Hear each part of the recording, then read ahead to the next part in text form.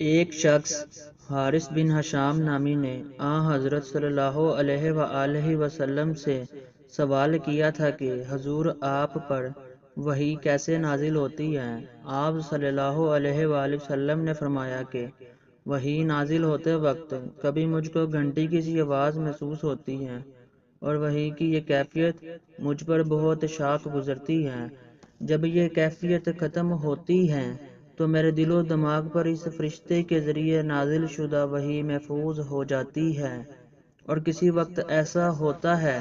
کہ فرشتے بشکل انسان میرے پاس آتا ہے اور مجھ سے کلام کرتا ہے، پس میں اس کا کہا ہوا یاد رکھ لیتا ہوں۔ حضرت عائشہ رضی اللہ عنہا کا بیان ہے کہ میں نے سخت کڑاکے کی سردی میں حضرت صلی اللہ علیہ وآلہ وسلم کو دیکھا ہے کہ آپ پر وحی نازل ہوئی، اور جب اس کا سلسلہ موقوف ہوا تو آپ صلی اللہ علیہ وآلہ وسلم کی پیشانی پسینے سے شربور تھی۔ صحیح بخاری، حدیث نمبر 2۔